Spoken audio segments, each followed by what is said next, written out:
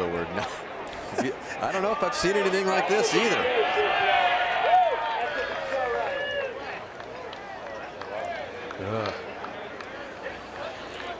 Well, I believe from there he can definitely advance it.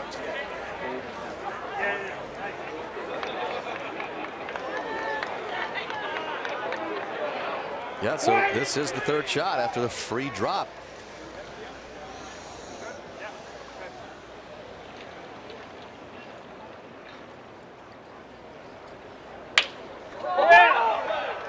And that is off of the stands, and we're going to have another drop. Back at 18 for Garcia's fourth. Ball sitting up nicely in this heavy rough. This is an extremely fast chip. And if you look in the background, you can see Mickelson talking with the PGA Tour official there. Pretty animated.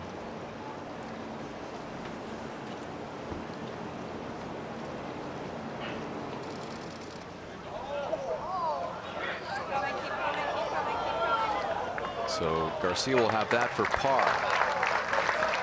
It's going to be downhill for Garcia, and it's going to come to his left. Made a good par putt on the last hole. Not too different than this.